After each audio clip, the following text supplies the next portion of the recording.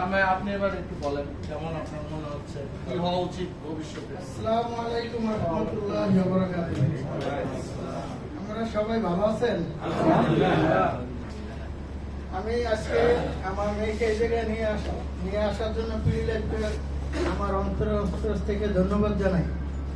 PD life প্রতি বছরই ইনশাল্লাহ এই শিক্ষা সম্মাননা অনুষ্ঠান করে, অনেক ভালো অনুষ্ঠান। গত বছর যখন নুরু ভাইয়ের ছেলে এবং বশির ভাইয়ের ছেলে পুরস্কারটা পাইছে, আমারও খুব আনন্দ লাগছে। ওই সময় আমার মেয়ের আইসা বাসা বলছি, বাবা তুমি আগামীতে ভালো রেজাল্ট করতে হবে, যাতে আমি যাতে তোমাকে নিয়ে ওই অনুষ্ঠানে আমি অ্যাটেন্ড করতে পারি। ইনশাল্লাহ আল্লাহর অশেষ রহমত, ইনশাল্লাহ ভালো রেজাল্ট করছে। এই